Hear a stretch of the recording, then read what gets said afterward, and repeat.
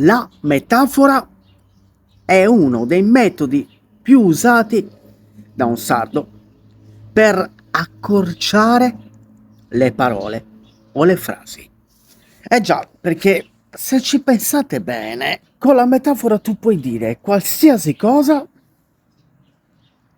in una frase piccola così. Ed è proprio di una metafora o di una frase che simboleggia la metafora di cui oggi suo zio vorrebbe parlarvi. Neanche una nuvola nel cielo. Bello, bello, bello, bello, bello. Livido. Sereno. E io che cosa ho detto?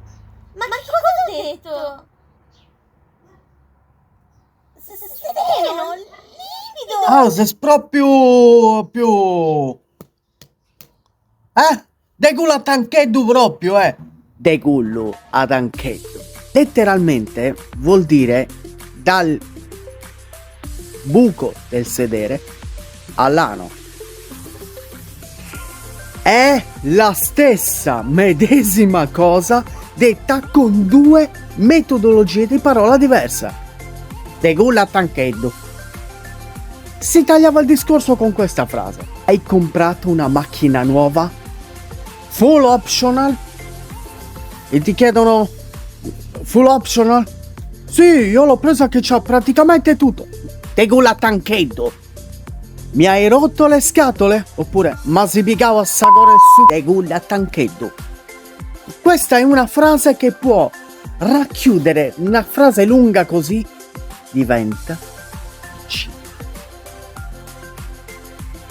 Così veniva utilizzata moltissimo dalle generazioni addietro, dai nostri nonni, dai nostri bisnonni, un po' meno dai nostri padri o madri, e noi non la diciamo, e questo non è un gran bene. Più una parola viene usata poco e più la sua memoria scompare. Quindi degullo a tancheddu è una di quelle frasi che faceva parte del lessico campidanese di tanto tempo fa. Ma parole povere, in qualsiasi modo la giri, in qualsiasi modo tu la dica, è sempre sa proprio cosa, degullo a tancheddu.